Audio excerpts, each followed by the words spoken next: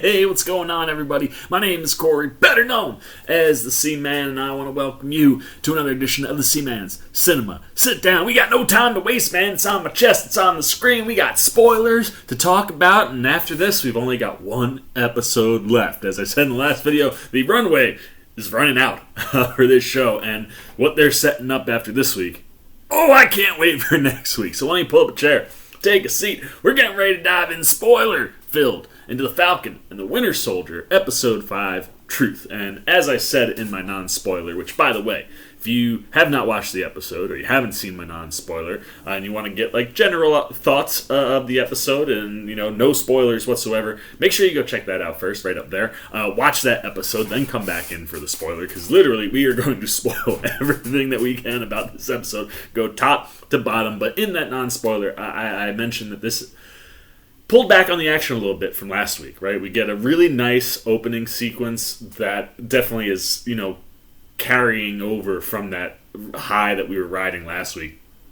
But the episode settles down and really focuses in on our characters and where they are and what their current motivations are and what their truths are. You know, the episode title, Truth, really speaks to what all of these different characters are looking and searching for in this particular episode.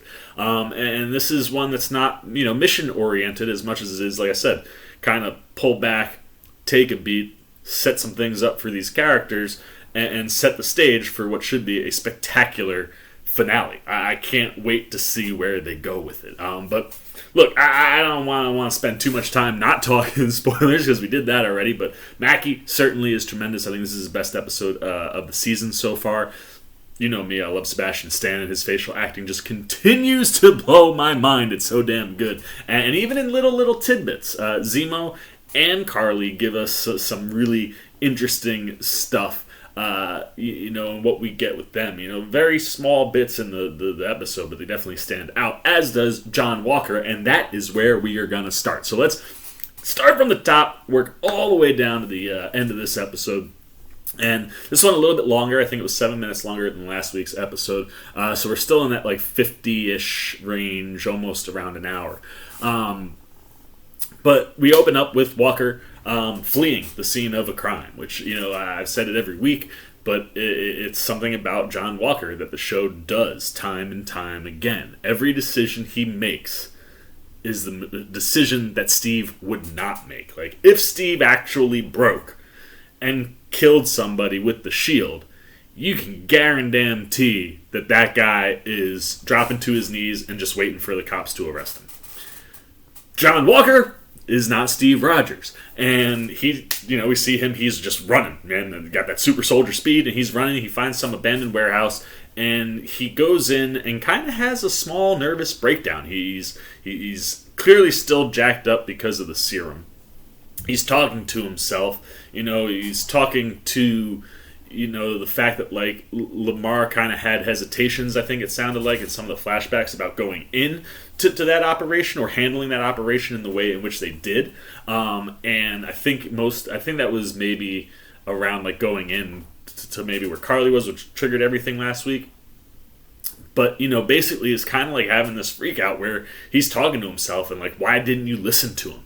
Like, if you would have listened, like, Lemar wouldn't be dead. And you can see, like, he is kind of having this nervous breakdown. And for the second week in a row, we get this really beautiful, you could probably call it like an iconic or even like a comic book cover shot of Walker. And first one is kind of way widescreen, which is just him and like the whole warehouse. And then they kind of zoom in and give us a little bit of a closer one.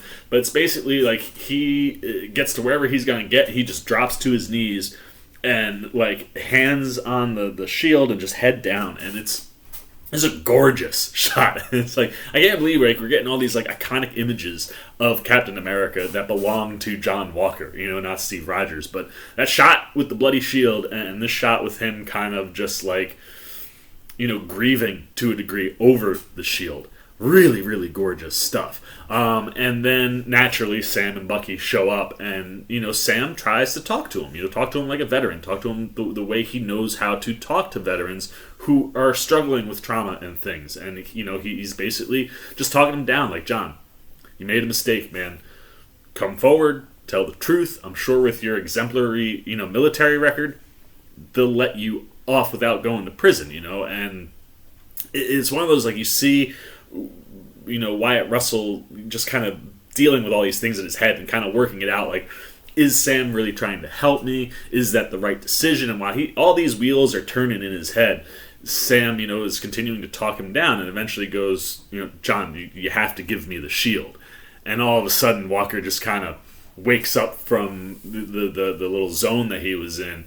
And another cool thing is during the montage of like flashback stuff, when he's having his little mini breakdown, you hear Lemar go, time to go to work. And when these two walk in, he gets up and like recomposes himself and kind of cracks his neck, goes, time to go to work, and then moves forward. Just a really little thing that was like, I like that. And the way that Russell delivered that, I was like, that worked good. And then you get to him saying, like, you gotta give me the shield, and all of a sudden, Wyatt Russell's John Walker is just, oh, so that's what this is about? And he kind of gets this devious smile, like, all right, we about to throw down. And we get a really fun action sequence that, like I said, kind of carries off of the high of last week. And it's one of those, like, he says, oh, is this what we're going to do? And I think he goes, you don't really want to do this. And Sebastian Stan just is like, yes, we do. And he comes flying, man, like full fist. And you got super soldier versus super soldier going. And like, you got like Bucky just swinging and like the shield blocking his arm. And they're going back and forth. And what's interesting is as Walker is getting amped up, he starts talking to both of them. Like, why are you making me do this? Like, why are you going to make me do this? And he throws Bucky off of him.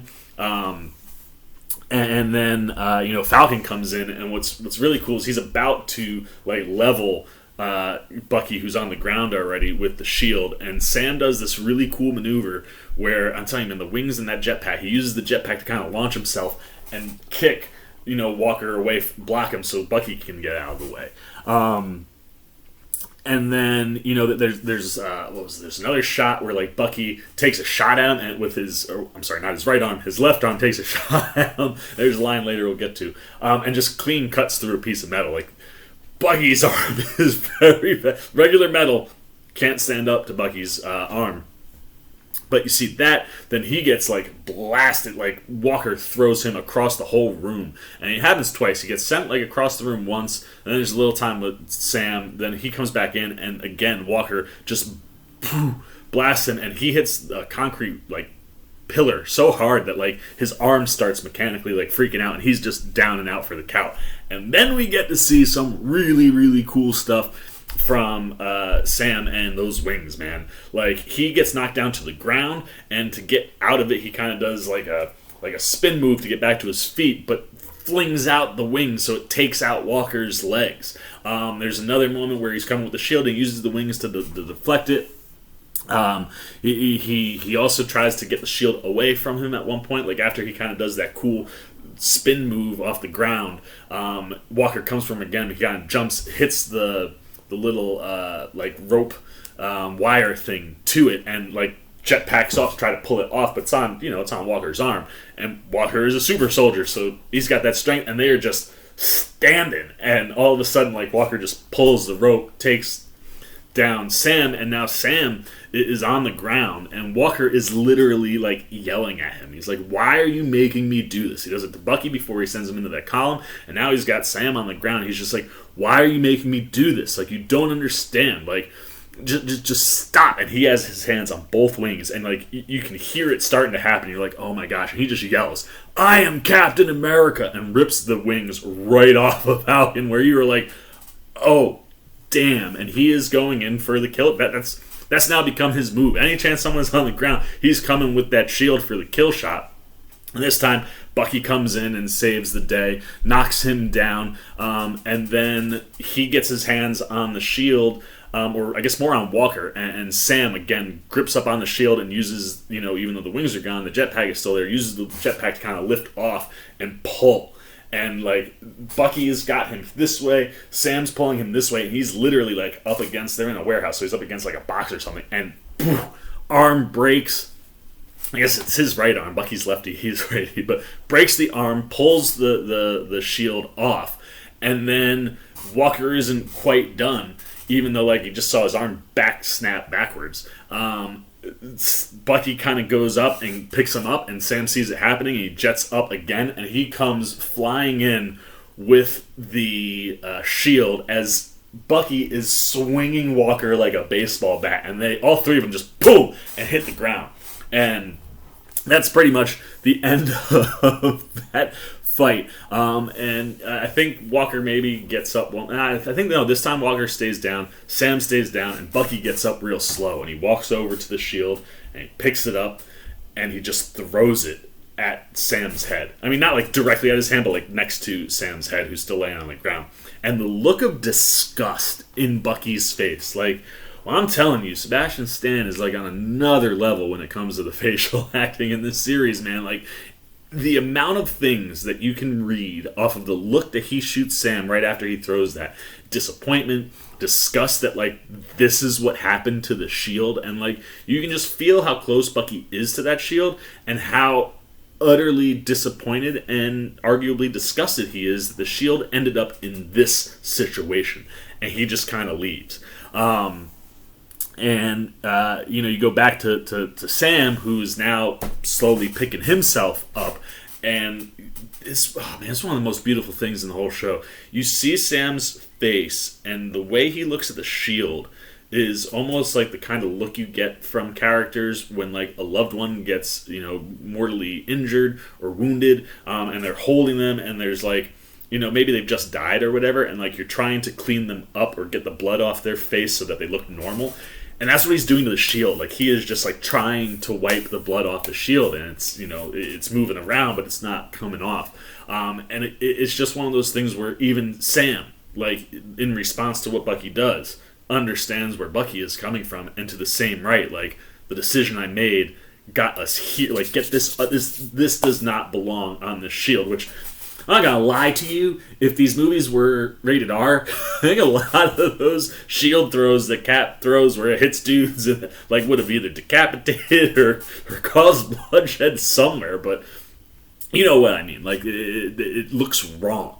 And you just kind of have him trying to get it off. And then we jump to Sam and Bucky kind of just talking shop about the fact that Karli is going to keep moving forward, and what did they do or whatever, and Buck is just kind of about had it, and he just kind of starts, Torres comes in, and much like last time Torres shows up, Bucky goes to leave, and I think Sam goes, what are you going to do, go stop Zemo? And again, Bucky, no words, just a look, where it's like, yeah, mother effer, like, of course I'm going to get Zemo, like, what else am I going to do right now? So you get Bucky leaving, and then Sam and Torres are just chilling in this kind of, I guess it's a hangar.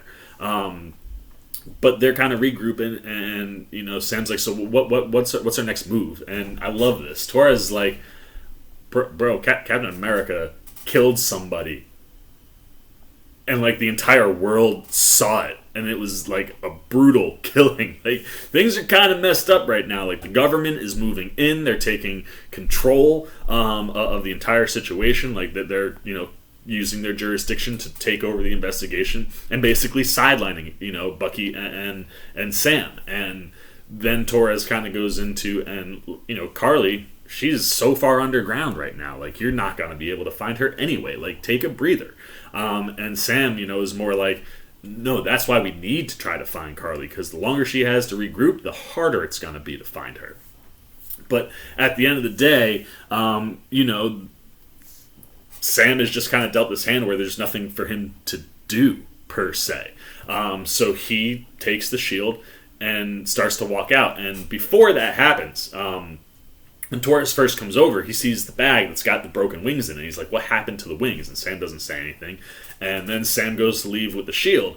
And I was hoping. I was like, oh, please do this, because then, like, for sure, that's what we're setting up. But he starts to leave, and you hear Torres yell, like, hey, Sam, what about the wings? And he's like, keep them. Because Sam is starting to, in this episode, kind of start to understand that, like, Falcon is not his destiny.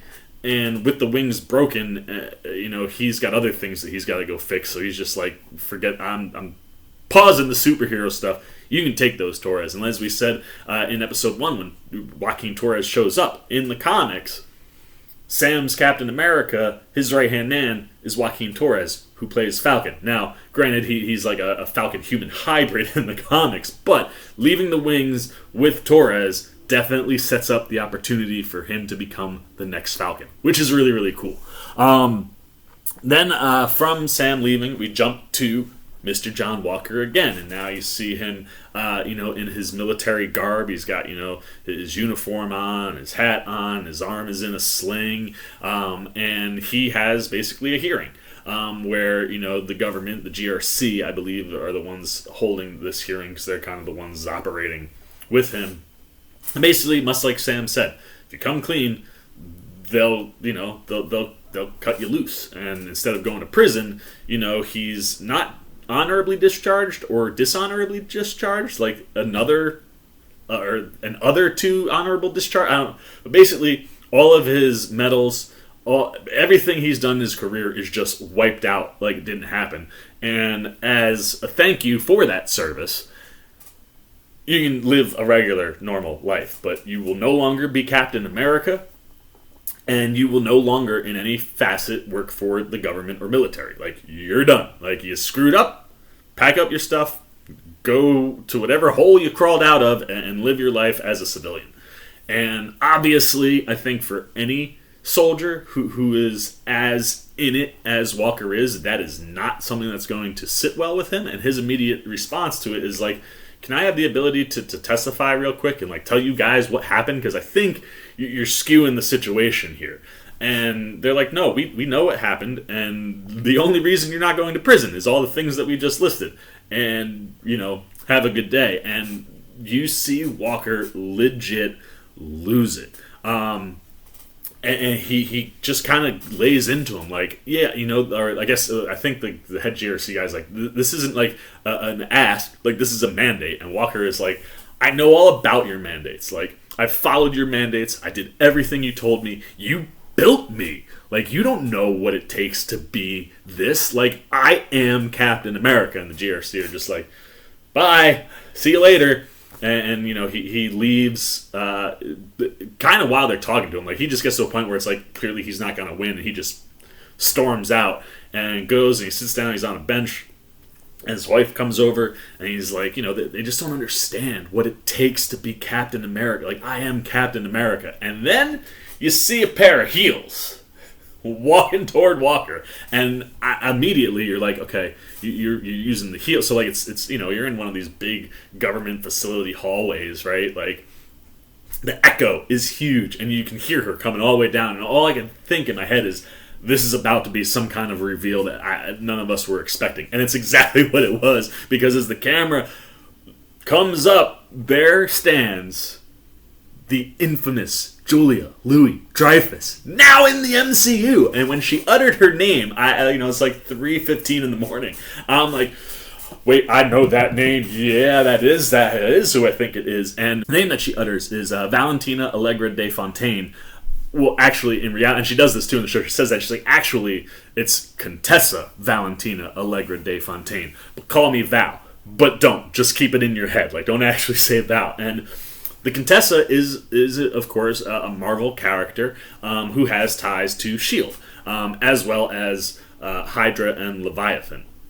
But basically, she was a S.H.I.E.L.D. operative for years, had a relationship with Nick Fury, but she used to flirt with Steve Rogers a bunch, which caused a lot of tension between the two of them in the comics. But, eventually kind of found herself posing as a Hydra agent for this other agency, Leviathan. And Julie Louis-Dreyfus is so good, dude. Like, she takes, again, one of these characters that's not like super mainstream, and just breathes life into it in a way where it was just like, yes, like if you were gonna do Contessa in the real world, and not when she's a hardcore like agent still. Like, this is clearly like the back half probably of her career. She's like in the government more, and I don't think she's actually in the government. I'm assuming private contracting.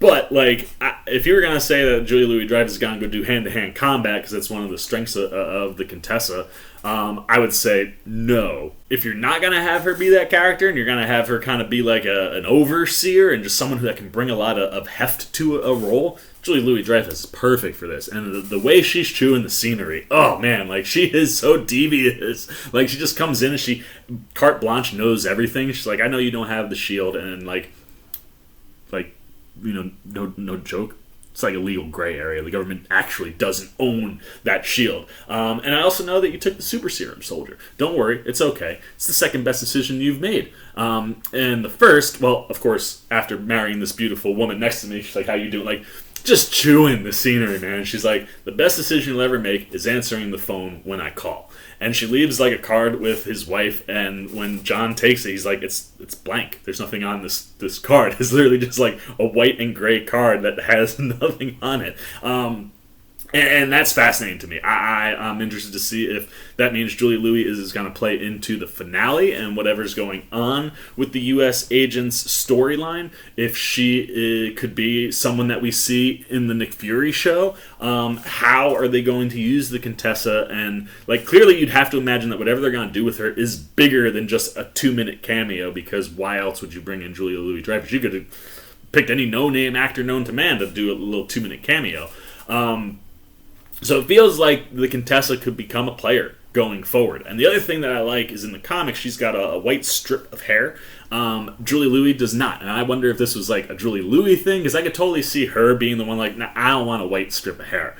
But you give me a badass purple streak of hair, I can get behind that. And that's what she's got, this like purple streak in her hair. And she looks so freaking cool, man. It was so cool to see her pop up. So she basically kind of sets up, you know, a potential out for Walker. You know, she kind of commends him for what he does. You know, she says to him, like, I would have killed the guy too, in your situation. So, like, she sees a valuable asset, and I'll be interested to see how that plays out as we move forward. But from there, we jump over, for the first time, I got this wrong. I said that Karli had the least amount of screen time out of our 5 major players in this episode. She probably has a little bit more than Zemo. Zemo gets 1 scene. She has 2. I forgot about this first scene. But they go to her, and they're in the place where Mama Donia was. And the whole place is empty, and there's GRC like flyers on there, and basically, you know, they accuse them of harboring fugitives, and they shut the whole place down. And when I say, like, this episode is all about truth, and really finding the truth of what all these characters are, Karli really starts to show what her actual truth is here.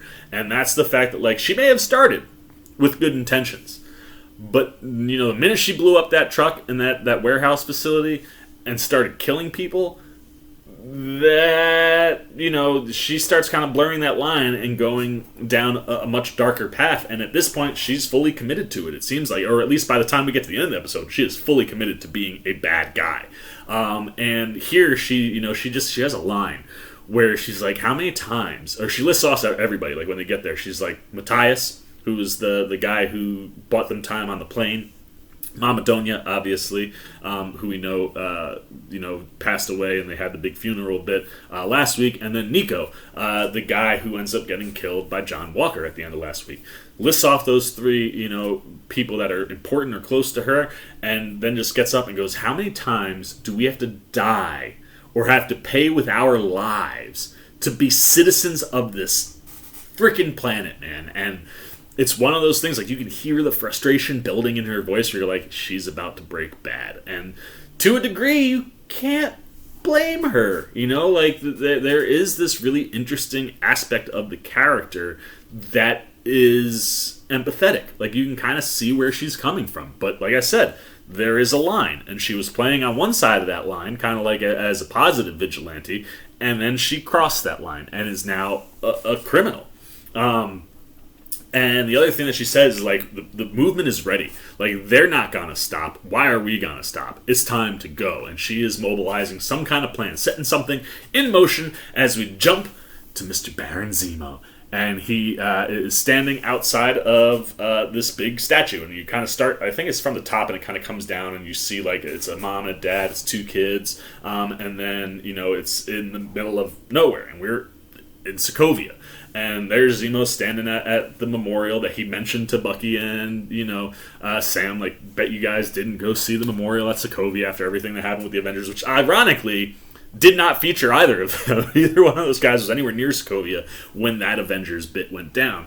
But he's standing there, he's just looking at the memorial, and, finally Bucky shows up to get him. And Zemo, I just love immediately, is like, thought you would have been here sooner. Like, you knew this is where I would be. What took you so damn long? And then, Zemo just being Zemo, tells Bucky, he's like, look, I've thought some things over and I've decided I'm not going to kill you. And Bucky stands response, man. He's just like, gee, thanks. I was so worried that you were going to kill me. And then Zemo kind of just waxes poetic. He's like, I told Sam that she was going to radicalize to a point that you can't get past anymore, and she has. She's radicalized to a point where there's no turning back for her, and Sam is just as stubborn as Steve is. He wants to find the good way out. Like, there is always an alternative to violence or death, and trying to connect with a person, speak to their human elements of who they are.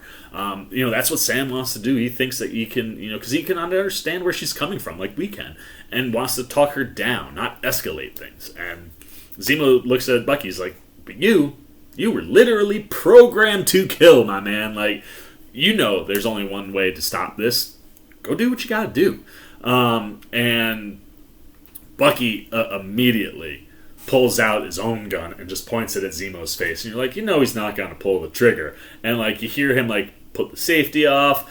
Then, like, when he finally puts it in front of his face, he pulls the hammer back, and you're like, all right, well, he's certainly doing the threat real well. And there's just kind of this staring bit, and all of a sudden, he pulls the freaking trigger, and it's empty. Naturally, like, Bucky's not going to shoot Zemo square in the face, but the mind games that these two play with each other, right? Like, the way that Brule started by speaking the words that gets Winter Soldier woken up, Bucky literally pointing a gun and pulling the trigger. Like, I could have killed you. That I could have killed you, and I wouldn't have thought twice about it. But instead, all these bullets, they were in my pocket. And he just kind of pours them out, and then the Dora Milaje show up, and, basically take Zemo away. And as he's walking away, he goes to Bucky. He's like, just so you know, I took it on my own account to cross my own name out in your book. I don't hold any grudges for what you did. Like, you weren't in control. I don't have any grudge to hold with you, so you can take my name out of that book. And it's one of those things where it's like, that back and forth, that mental back and forth that the two have. It's like Bucky got the edge, and then Zemo's just like, hey, you know what? I'm the bigger man, though. I ain't got no grudges for all the things that you've done in the past, so you can take my name out your book. Like, Zemo just always got to get that last word in there. And then, Io and Buck talk a little bit. And she basically says, hey, we're taking Zemo, to the raft, which is where they took Captain America and Sam and Ant-Man, after Civil War. And that's where he'll spend out his days. So theoretically, the next time we see Zemo, he will be in a cell at the raft. And I cannot imagine that going into the finale, there isn't some other play for Zemo. And I'll be interested to see what it is, because the show certainly has not telegraphed how he'll come back into this and how his story will ultimately play out. But I can't imagine that we're done with Zemo. Like, he's too good not to have him come back in the finale in some facet. So I'll be really interested to see how that goes down. The other thing too is that as she's starting to walk away, she goes to him, or Io goes to Buck. She's like, and it would probably be wise for you to just stay away from Wakanda for a little bit, because, like, the whole breaking Zemo out of prison thing, like, isn't gonna sit well with certain people out there. But she again calls him White Wolf, and the general feeling I'm getting watching this show is that we are building to a place where Sam is gonna be Captain America. I think by the maybe as early as the beginning of next episode, but certainly by the end, I think Sam will have taken on the mantle of Captain America. What's the change for Bucky? You know what I mean? Like, the show's title is The Falcon and the Winter Soldier. Well, if Sam's not the Falcon anymore, Bucky shouldn't be the Winter Soldier. And I'm getting this general vibe that maybe where Sebastian Stan is headed is taking on the mantle of the White Wolf. And that's something that Marvel could technically use to their advantage. I obviously wouldn't make him Black Panther or anything of that nature, but using a warrior or a soldier like Bucky in Wakanda when you have a transition of power and a new leader who could be Shuri, could be M'Baku, but if they go the route of Shuri taking on the Black Panther mantle, she's not a trained warrior. She's got some learning to do. Bucky could be a really nice number 2 there, and you could have him come in and play the White Wolf, and that would be pretty freaking dope. But I mean, White Wolf has been said so many times in this series that I don't think we're just hey, it's a nice comic nod, he was called White Wolf like we did at the end of Civil War, but rather we're throwing it around so much now. It's I think that's where we're going. We're going to see these two characters evolve into different superheroes. So that was kind of cool to hear from Isle. And then as she's starting to walk away, Buck is like, I got one more favor for you. We don't know at that point what it is, but we do know potentially what it is by the end of the episode. From there, we jump back to Sam, who we see walking down the street holding the shield in the carrying case, and it labels Baltimore, so we're like, oh, he's going back to Isaiah. Sees two kids playing ball in the street. One of them stops him. He's like, hey, where do you think you're going? And he's like, I'm going to see your grandfather. And you're like, oh, there we go. Another shot of Elijah being inserted into the world, and we know if we're going Young Avengers, he'll be Patriot one day. Maybe could be someone who, Sam mentors, which would be kind of cool. But they kind of have a little back and forth, and Eli's, eventually like, okay, no problem, go. He's in the back. So Sam, heads to the backyard. We see Isaiah watering the plants. And, it's one of these things, when he gets there, Sam's whole thing is he wants to understand. And one of the first things that Isaiah says to him is, you already understand. Every black man understands. And it's the things that happen to Isaiah aren't new, right? These are things that he even references later, erasing our history. Man, they've been doing that for 500 plus years, man. The things that happen to me shouldn't shock you, and it's this kind of idea. And again, it goes back to even the real world conversations when we have these police killings or other anti-black or Asian or whatever it is. You get this feeling of we're in a world where people tell us we've changed, that we've grown, that we've come so far, yet all of these issues with people of color seem to still be persisting. And it's kind of the conversation that you have between Isaiah and Sam. Sam being part of that world that is changing things, right? Look at where we are. And Isaiah is just where are we really, man? They did the same thing to you. You got given the shield by the white man, and they came and took it and gave it to another guy. They're never going to let there be a black Captain America. And if there is a black Captain America, if they finally decide to, what self-respecting black man would take that mantle up for this government? And it's a really, really deep, interesting conversation between the two of them that speaks to a lot of those political type things that exist in the real world. And that idea of I think at one point he says something, Sam's like, don't give me that old man talk. And it's but it's true. I've seen it all happen, and it keeps happening and happening. No matter how many times the future says, hey, we're changing, things don't really change that much. But the coolest aspect of this conversation for me is, Sam just wanting to know what went wrong, and Isaiah kind of starts when they come into the house by, telling Sam's looking at pictures, and this is of his ex-wife, and who's now deceased, and he's like, man, I loved her so much, man, and, they didn't know what was going on, they took me away, and when I was in jail, they just told her that I died, and she sent letters every day, and they intercepted them, never got to see them.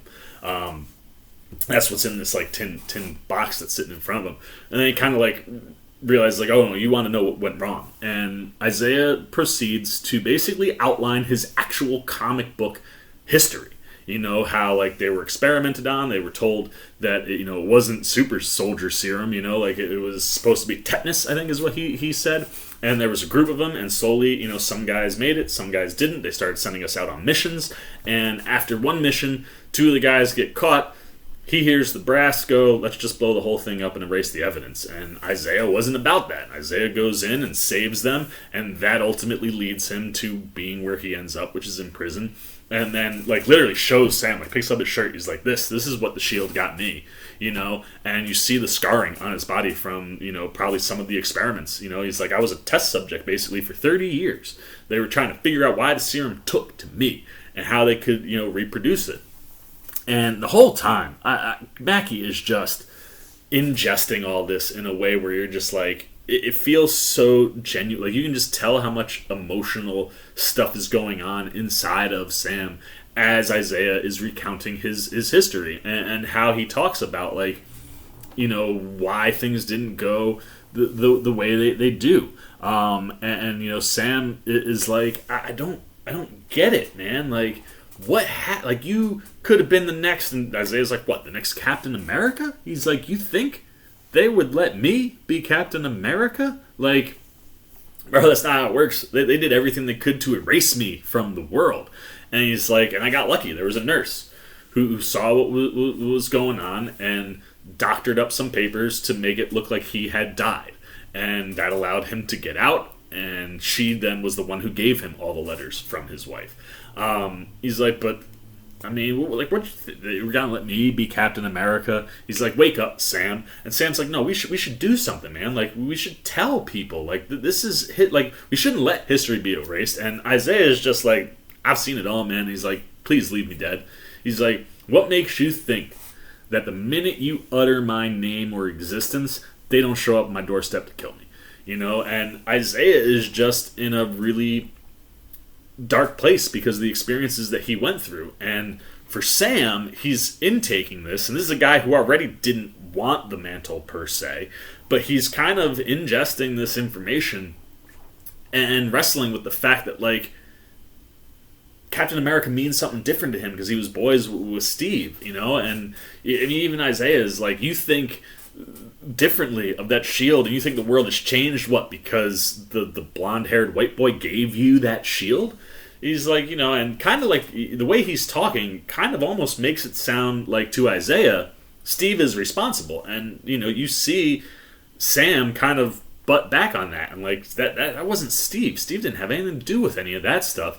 And it's the conversation that's going on inside Sam's head is the things that he's wrestling with whether or not he should pick up the mantle. And throughout the whole rest of the episode, he is wrestling with that idea, and conversations he has with his sister or Bucky kind of all just point to some of those things that ultimately, I think, lead to the decision that he makes by the end of the episode. And from this conversation with Isaiah, Sam decides to go back to New Orleans. He leaves the house. He's got the shield with him. And again, it felt like there was maybe a moment where maybe Sam was trying to pass the shield off again, like trying to give it to Isaiah, and Isaiah just wasn't having it. But on the outside, he calls his sister, and he's like, look, I'm coming home.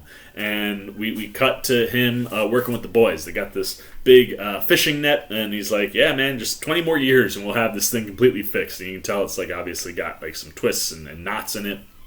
And the boys are kind of working on it. And Sam just kind of mentions, he's like, we really should, though, before we sell the boat, go out one time. He's like, there's this great spot your grandfather used to take me to, man. And, like, you catch all the fish. And one of the nephews is like, well, we're not selling the boat, Uncle Sam. And Sam's like, why not? And, the kid rattles off, like, oh, well, the guy who was going to buy it realized that it wasn't worth what it was, and he pulled out of the deal. So, like, Mom doesn't have anything, and, it's kind of an old, beat-up boat. So, that's just kind of where we're going to leave it. And then Sam proceeds to go, talk to Sarah, and is basically like, look, I'm going to go fix this boat. He's like, it didn't get sold, that's fine. Like, how many people still owe Mom and Dad? For whatever they did. Like, they mentioned, like, Mom would make food for everybody in, like, the community and stuff like that. So, obviously, the Wilsons were well-respected people in this neighborhood. And Sarah's like, well, everybody's like, I'm gonna call in some favors and we're gonna fix this boat. And at this point, the vibe is still like we're gonna fix the boat so we can sell the boat because like we need that income. Sam, you get this like kind of montage as you're going over different landscapes in New Orleans. You hear Sam talking, and every person that picks up, hey, it's Sam, so and so's kid from down the street. They're like, oh man, Sam, how you doing, man? It's like, hey, you think you could help out? Oh man, for you and your family, like anything you guys need. And the next thing you know, the entire town is basically turned out and helped get supplies to like you jump to the dock and you see him talking to two guys who have gotten like a new engine, and they're kind of joking around. He's like, how are we going to move it? And all of a sudden it just lifts up off the ground. And who's there but Bucky? And Bucky, basically says, he's like, hey, I came through. I'm a delivery man today. I got something for you. I pulled a favor with the Wakandans. This is for you. And this is big-ass black and white case, man. And he leaves it for Sam. And he's like, yeah, so that's here. I came here to drop that off. I'm out. And Sam's like, what you want to help? So Bucky decides to help, and we get this fun little montage of Sam and Bucky and some other folks working on the boat and fixing it up, getting it back to where it needs to be. And what's funny is the way that it kind of starts is like as Bucky is kind of saying like, hey, I came to do this. One of the pipes on the outside of the ship like starts bursting all the steam. So Sam leaves the conversation, runs over and is trying to get it, and he can't. And Bucky comes over, grabs it with his right hand. He's like, you got to twist it up. And Sam ends after he fixes it. Sam goes, why didn't you use your metal arm, man? And he's like, I honestly don't think I'm not actively thinking of using my power arm because I'm right-handed. I'm not left-handed. So like my natural instinct is to just do things with my right hand, which is his regular arm. And I thought that was just such a genius little thing where it's like, here comes Bucky. He's got this Wakandan, power arm that could probably lift the entire boat up, and he's over there fixing things with his right arm. And Sam's just like, bro, why wouldn't you use? You got a bionic arm. Why wouldn't you use that?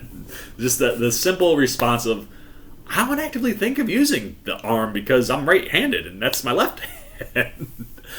So I absolutely loved that. And then Sarah is standing right there as Bucky's kind of working on something else. This is one of the moments I referenced in the non-spoiler where, like, just the way Stan delivers things sometimes. I just adore it, man. He just, like, looks up and he sees this woman who I'm sure he probably figures is Sam's sister. And he's like, hi, I'm Bucky. And she's like, Sarah. He's like, Sarah. And you can tell there's, like, a little flirtation bit going on there. And, like, I don't remember if Sam sees it, maybe, and just kind of shoots a look or whatever. But later on, when they're talking, Sam's just like, "Hey, you can stay, right?" Because, like, again, Bucky, after they fix up what they're doing, Bucky's like, "All right, man." Like, clinks like his beer. He's like, "Look, I gotta go, get my flight squared away to go back. I gotta get a hotel to chill for." And Sam's like, "That's how you gonna build me up? Like, you're gonna come here, you're gonna bro out a little bit, hang out, and now you're just gonna go back. Like, stay with us." And Bucky's just saying, I don't want to make it all for free. He's like, dude, this whole town is like the most welcoming people you could ever imagine. Like, come and stay. Just do not flirt with my sister, because if you do, the guy who got us the engine, I'm going to give you to him, and he's going to chop you up into some fish bait. And Bucky's like, fair enough. So Buck stays behind, and we jump to Walker, who is on his way to go visit with Lemar's family. And when he come out of the hearing, one of the things his wife says to him is like, one step at a time. First things first. Go see Lemar's family. And it's one of these sequences where, like, Lemar is his best friend, right? He's been his best friend since school days, was, his right hand, when they were in the war, and now that he's Captain America, he's his partner. And, he goes in there and, there's an act of sincerity, and you see how badly his parents and his one sister are dealing with things. And Lemar's mom gets a picture of the two of them that they had taken right after they got back from their first tour, and she's like, he was just so proud of you, and like he knew what he signed up for, but the day you became Captain America and you were gonna bring him along for the ride. And she's saying all these wonderful things, and you see Walker digesting these things, but he's not responding the way you think he would. Like, you think he'd be a little bit more emotional, maybe a little bit more hands-on, and maybe with these people, like, it almost feels like he's like a passerby paying respects and then leaving, rather than a guy who was like a son to this family. And he basically says, like, just so you guys know, the guy I killed was the guy who killed Lemar. And if it wasn't him, I would do everything possible to get him. And the fact that that's there, like, I hope that gives you guys some peace. And Lamar's mother says to him, she's like, at least I can rest easy knowing that he knows that there was justice for his murder. And at this point, I would have to assume that Walker knows. I think Walker knew last week that wasn't who killed Lemar. Like, it was pretty obvious that it was Karli, although in the heat of the battle, he might not have seen Karli throw the punch. But Sam and Bucky have point blank told him at the beginning of the episode that, like, it's not him.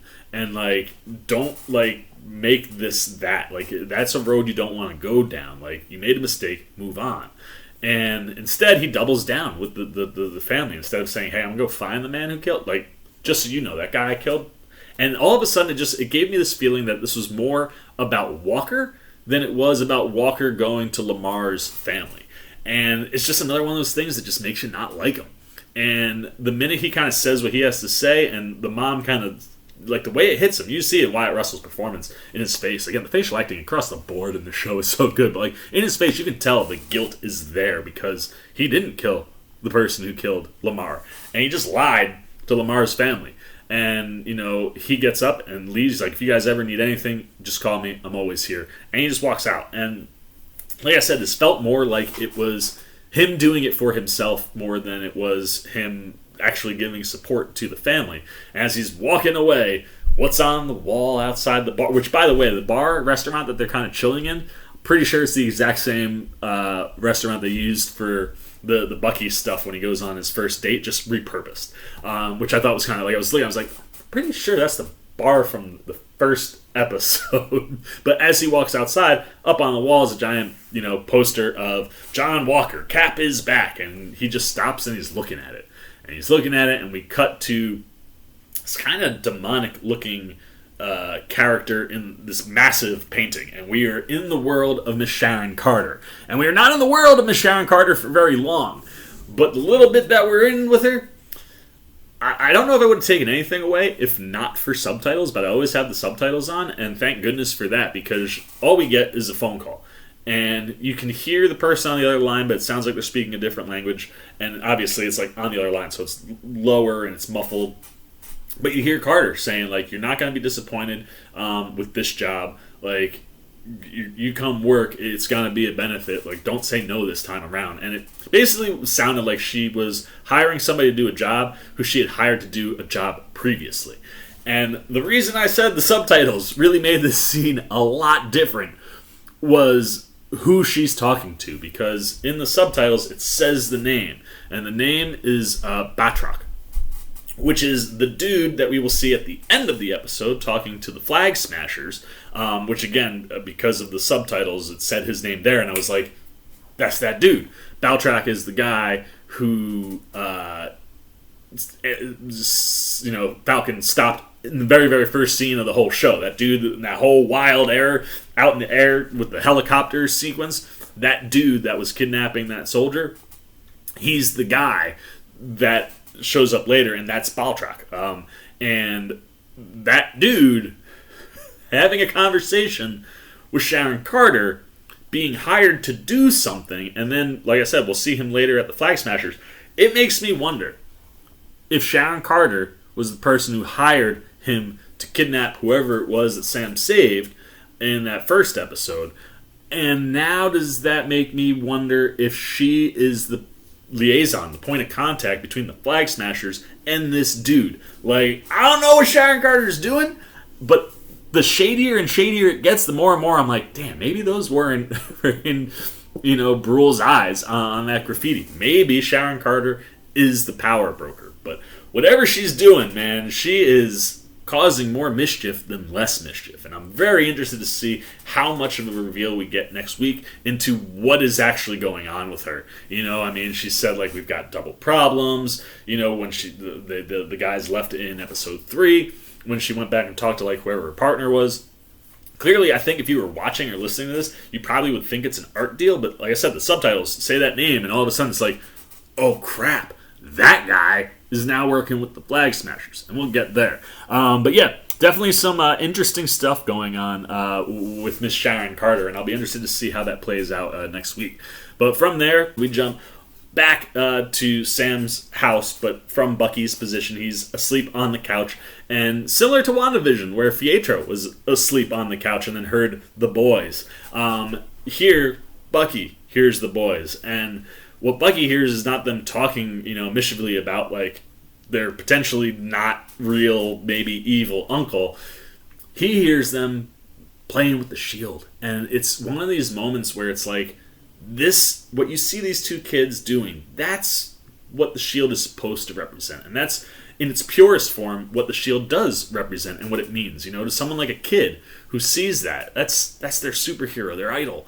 And now that is there. They have the opportunity to play with it. They're going to play with it like their cat, And they're making the whooshes and the zoom and the ding noises. And then you're having fun. And the minute that they notice that Bucky sees them, Bucky tries to say, like, good morning. They're like, oh, shoot, put it away. And they run away.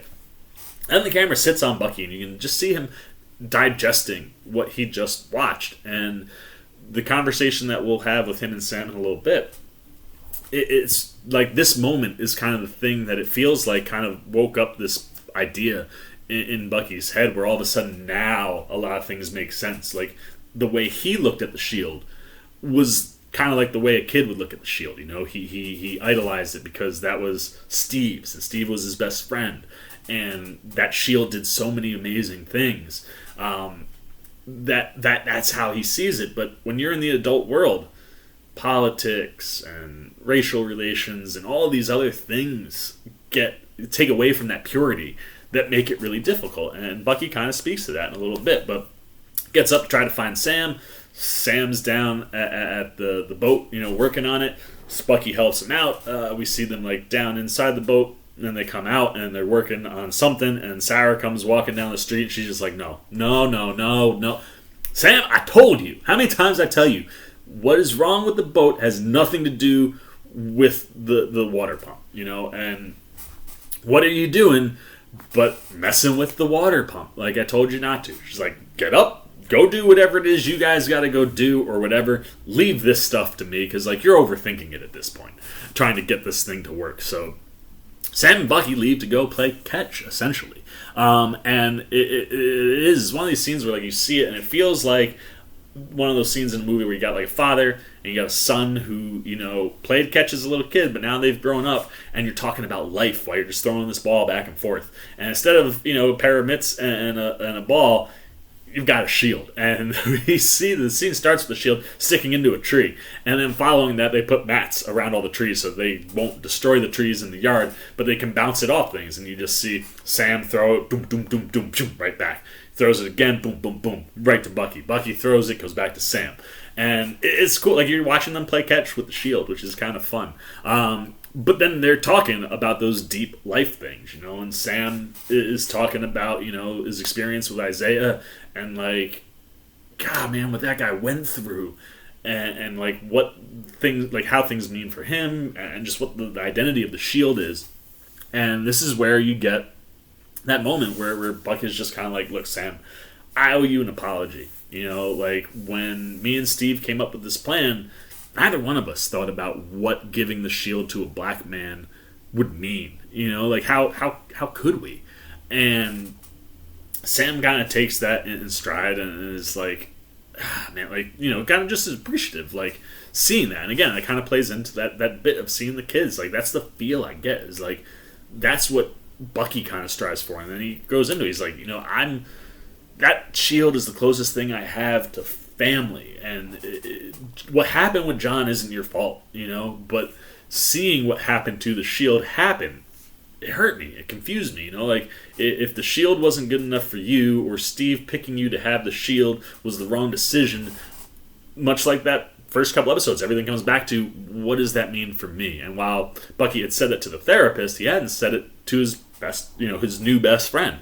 And here, kind of letting Sam in a little bit, and it's like, I'm sorry. And Sam is cool with that, but kind of flips it on Bucky, where it's like, look, man, I appreciate that, but what about you? You know, like, you're still having those nightmares? He's like, look, man, like, if you're gonna do this, you got to put the work in, man, and, like, really do it. And he's like, look, man, you got that book with all them names in there.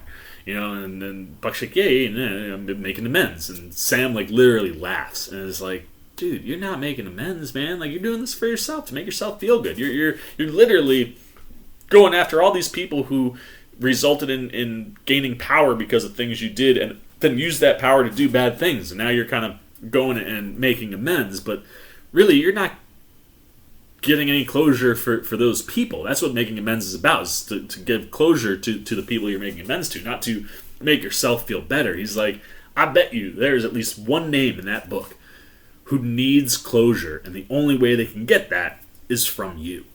And you're immediately like, oh, it's Mr. Nakajima. Like, we're gonna go back there, and like that's clearly where Bucky's gonna go next. And you know, but they kind of wrap up having their game of catch or whatever, and you know they're walking off, and Buck is like,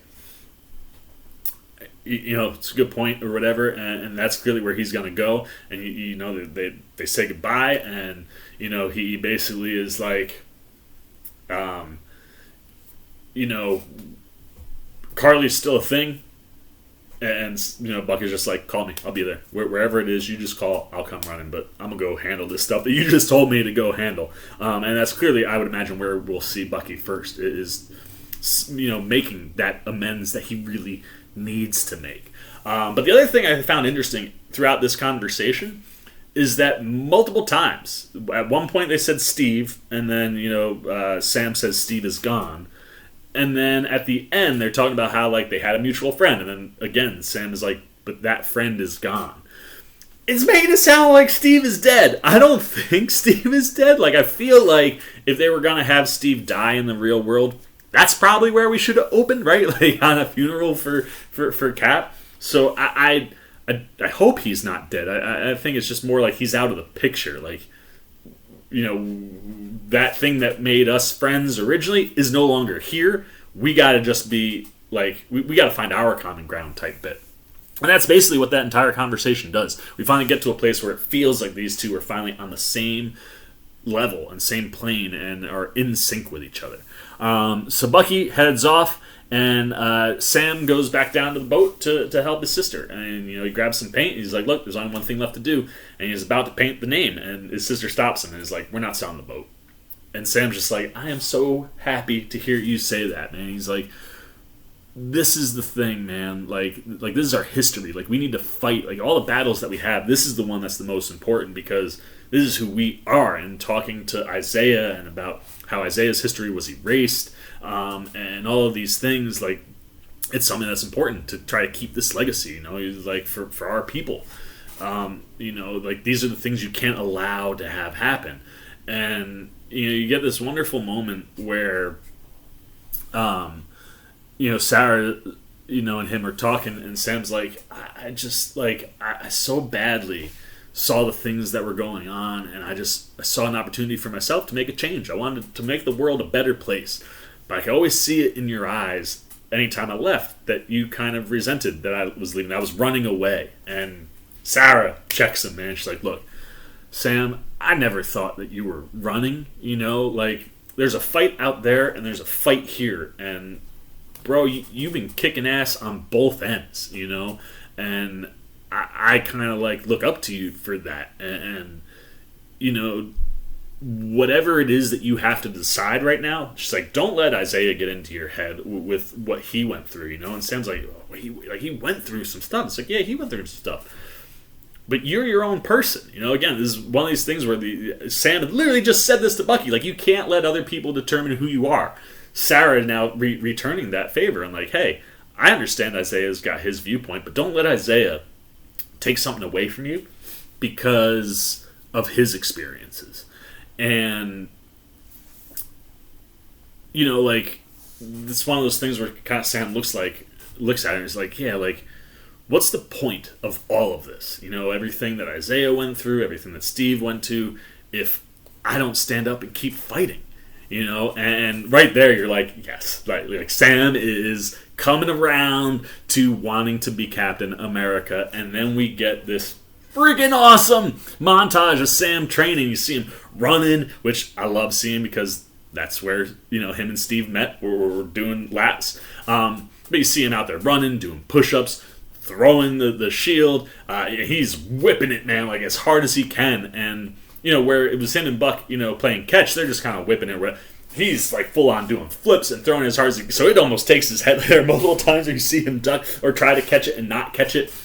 Because it's moving too quick. And then by the time you get to the end of the montage, obviously he catches it once, then he does like one cool throw, comes back and catches that again, and he just kind of is looking at the shield like, I'm ready to go, right? Like, I ain't got the wings no more, I got this shield, and I got whatever it is that Bucky gave me in that box. I also love that we see Sam see how his nephews respond to the shield. Like, there's a point where after Sam has done a bunch of the throws, he's standing there and his little nephew with the glasses, I guess the youngest of the two, is there, and he's just kind of outlining the star with his finger, and you can see Sam's face, like the awe and wonder that kid has looking at that shield and what that means, that his uncle is holding it. It's finally starting to sink into Sam that what it would mean for him to be Captain America would certainly play out a lot better than John Walker being Captain America. I love that moment, just seeing his nephew outline the star. That's what it's about, all of this stuff. At the end of the day, what is all this about? Comics, comic movie. It's about the kids and the way that they perceive these, people and heroes. And seeing that finally start to sink in to Sam was exciting to see. But before we can close up our episode, we gotta jump back to Karli, who's now in New York City. She's sitting in a park, and she's talking to her crew, and all of a sudden, Mr. Batroc shows up, and she's basically knows that he wants revenge on Sam, and because of what happened earlier with the two of them, he's around now to help them do what they gotta do, and they want to stop this GRC vote that's basically going to move all of the refugees back to their actual countries. And anything the GRC is doing, Flagsmashers don't want anything to do with it. They want to stop it. And Batroc is going to be the guy that helps them do it. And what's fun is when he shows up, the Asian guy that's been riding with Karli through all of these episodes is well, so we're working for criminals now? And Karli, I love the way that Erin Kellyman just plays this character. She looks up with this kind of just look in her face where she's like, don't you see it? We are criminals. So yeah, why wouldn't we work with criminals? We gotta do whatever we gotta do to stop it. And Batroc is, trying to understand what's going on. She's basically we are many and we are everywhere but nowhere. And she sends out a thing on her phone that activates that flag smasher icon on other people's phones, and you start seeing it pop up on all these people in the park. And then she gives a whistle, and all the people get up and they start moving toward her, and you're like, damn, they've got numbers. And she said, the movement is ready. And this is that building. You can tell something big and something bad is about to happen. And Karli has full broke to the bad side. So I'll be interested to see if he, rides with Karli all the way to the end, or if he breaks off and maybe helps Sam and Bucky or tries to stop her in some way, because he seems to be the most morally grounded out of all the Flag Smasher people. But from there, we jump to Torres on a phone video call with Sam. Sam's got the news on. That's actually where we open. We hear the news talking about this GRC meeting, and they're getting ready to vote on the Patch Act, which will move hundreds of thousands, if not millions, of refugees back to their original countries. This is something that the Flag Smashers are trying to stop. And while they're watching it, Torres is look, all of the places that they've been popping up, all these little pins or whatever, all these pings are happening in Europe, but we just got one random one in New York. And Sam sees New York, he sees the news, he knows they're in New York, he's like, I got it from here, Torres. And we jump to the GRC, who are now debating whether or not they should pass this act. And the head of the GRC, the guy who took the shield from Sam at the beginning of the series, he's like, I don't need a vote. We should just push this through right now. But we're going through all, and people are bickering back and forth. And then we kind of slide to these two security guards, and you see the one you see his face clear as day, and you're like, that's one of the dudes from the park. And he comes up to this other guy, and he's like, one world, one people. And you're like, oh yeah, here we go, Flagsmasher stuff, and all the lights go out, red comes up, and like the video monitors are all like almost like there's gonna be some kind of a message to come through. But before we can see that, we jump back to Sam, who now has that black and white case, and he's opened it, and I'm like, oh, we're gonna get to see what's in it. And like, you see him open it, and he puts it down, and Anthony Mackie crushed it, because I'm assuming that whatever is in this case is the next Captain America suit. And this whole episode seems to have been building to Sam being okay with becoming Captain America, and the way he is looking at whatever is in that case, man, like, there's a sense of awe and wonder, like, wow, this is real. But there also seems to be, like, a nervousness, too. Like, you watch the way he swallows and the way his neck is moving, like, this is real, and this is a responsibility. You know, like, being the Falcon is a responsibility, but the world ain't looking to you to be like a symbol. The minute you put whatever is on in that case on,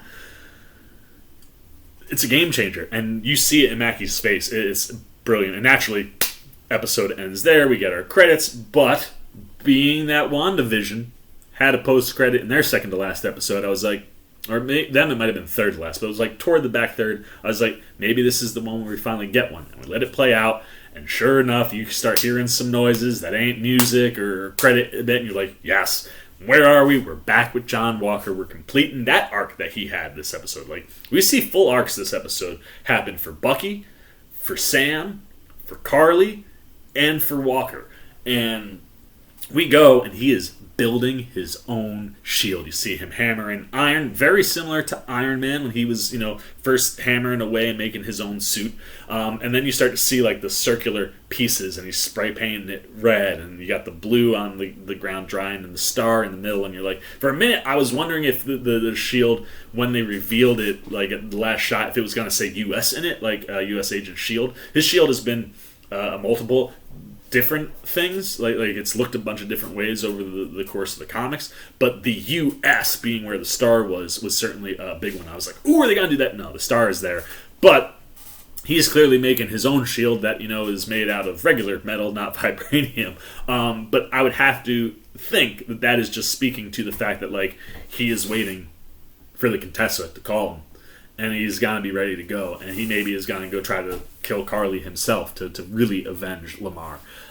So I'm pumped, man. Like I said, I think this episode, while it didn't have that like immediate gratification that you were looking for from it, it works so well because it's setting up the finale. And like I said, it pulls off 4 full, complete arcs from the first time we see people in this episode to the last time we see them. Like, they've had full arcs that have led them to something different than what we have seen before, and now sets us up for what should be a spectacular finale. So I really, really enjoyed Truth. As I said in my non-spoiler, genius title, because this whole episode is about finding the truth for all of these individual characters. And I'm pumped, man. I can't wait. I think it's going to be a spectacle. I think we've been looking for something to meet the level of that opening scene from the first episode. And while we got really good action last week, we got a kick-ass fight with Bucky and Sam against, John Walker this week.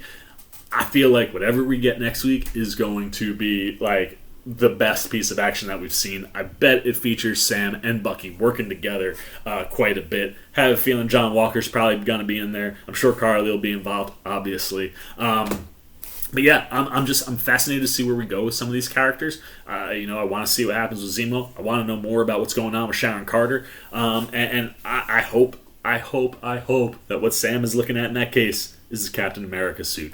And the first thing, I hope it's not like we see it at the end of the episode. I hope the first thing we see is Sam freaking decked out like Captain America, getting ready to go chase down Karli and the Flagsmashers. But for this episode, great stuff, man. Really, really awesome character development, really good driving storylines, and like I said, I think we're set up perfectly for our finale next week. So those are all the Seaman's spoiler thoughts on the Falcon and the Winter Soldier. But the question I have is, what do you think, man? Have you watched the episode? If you've watched the spoiler review, I hope you watched the episode. Otherwise, I basically let you watch the episode through my words, and that's not as enjoyable as watching the show. What were you thinking, man? What was working for you this episode? Like I said, it's a big character episode, so that worked for you. Were you looking for more action like we get in the opening sequence? Do you think we're setting up something special for the finale? What do you think's going on? What's inside that box? anything you got, good, bad, indifferent, about Falcon and the Winter Soldier, Episode 5, Truth, down below in the comments section. Look forward to talking to you down there. As always, if you enjoyed this video, please give me a thumbs up. And if you're new, you want to come hang out with the old Seaman as we approach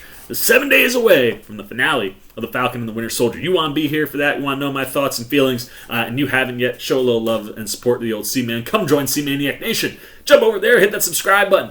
Hit that little bell if you want those alerts, so you know exactly when I drop my reviews next week. And until next time, for the Seaman's Cinema, sit down!